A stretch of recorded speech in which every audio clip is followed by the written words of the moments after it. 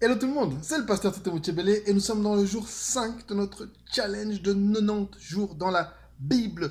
Aujourd'hui, on a lu Genèse chapitre 7. Donc au chapitre 6, on apprenait à quel point l'humanité était dépravée et Dieu en avait assez et voulait la détruire et il a appelé un homme, Noé, pour construire une arche, sauver une partie de l'humanité, une partie de la création et détruire le reste par l'eau. Dans le chapitre 7, Dieu commence par répéter à Noé qu'il a été choisi parce qu'il a été juste parmi sa génération. Alors, je viens vous parler à chacun d'entre vous.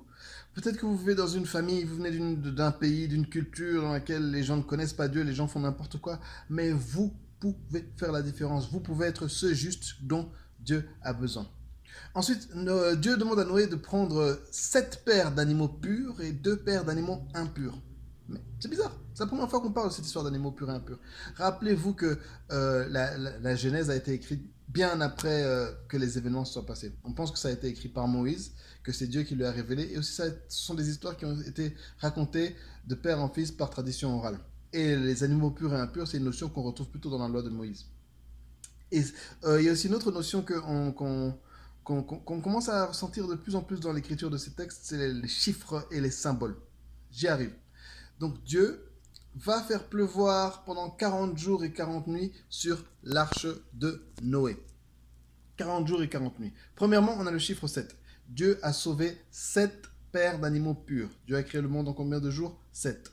7, c'est le chiffre de la perfection dans la Bible. 7 paires d'animaux purs, 7 jours pour créer le monde.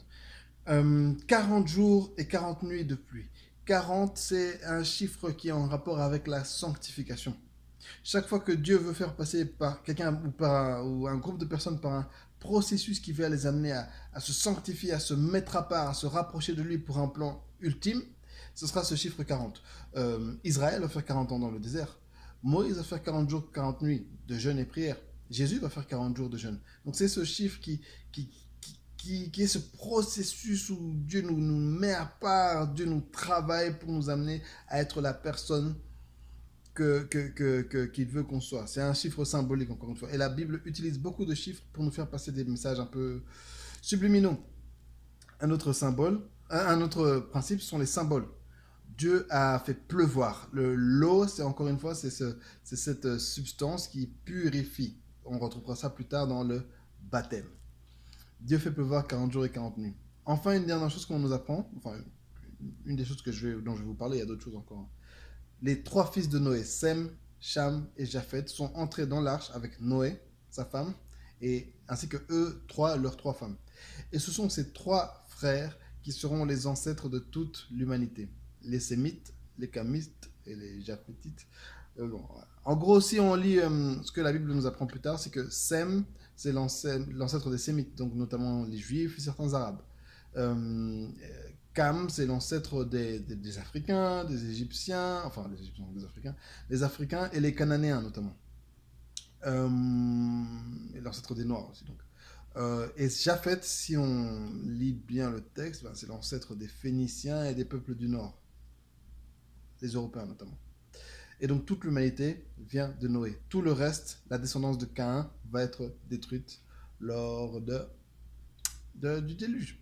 Mais, rappelez-vous qu'il va pleuvoir 40 jours, 40 nuits, mais Noé va rester bien plus longtemps dans l'arche, environ 150 jours, d'accord? Toute l'humanité est descendante de Noé. Donc on est tous frères. Il n'y a pas à haïr qui que ce soit. Oui, mais toi tu ressembles à ça, toi tu es comme ça, toi tu es comme ça. Nous sommes tous frères descendants de Noé et enfants de Dieu. Est-ce que c'est pas merveilleux? Si, c'est merveilleux. Alors, encore une fois, je vous laisse avec 3 questions à se poser par rapport à ce chapitre 7 de Genèse. Qu'est-ce que ça m'apprend sur Dieu? Qu'est-ce que ça m'apprend sur moi? Et qu'est-ce que je dois faire après avoir appris tout ce que j'ai appris? Quelles actions est-ce que je dois poser pour me rapprocher du plan de Dieu? Voilà, passez tous une bonne journée. On se revoit demain. Bye.